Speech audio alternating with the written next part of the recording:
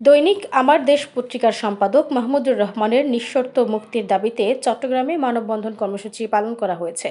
Association of engineer Bangladesh অ্যাব চট্টগ্রামের উদ্যোগে দুপুরের দিকে নগরীর ইঞ্জিনিয়র ইনস্টিটিউটে অনুষ্ঠিত মানববন্ধনে বক্তব্য রাখেন বিএনপির সাবেক কেন্দ্রীয় সহ সাংগঠনিক সম্পাদক আবুল হাশেম বক্কর, নগর বিএনপির আহ্বায়ক এরশাদ উল্লাহ, সাবেক যুগ্ম আহ্বায়ক ইয়াসিন চৌধুরী লিটন, সিডিএ বোর্ড সদস্য ও চট্টগ্রাম সাবেক সভাপতি সাংবাদিক জাহিদুল করিম কোচি ও অ্যাবের চট্টগ্রাম বিভাগের সভাপতি ইঞ্জিনিয়ার জানে আলম সেলিম সহ অন্যান্যরা।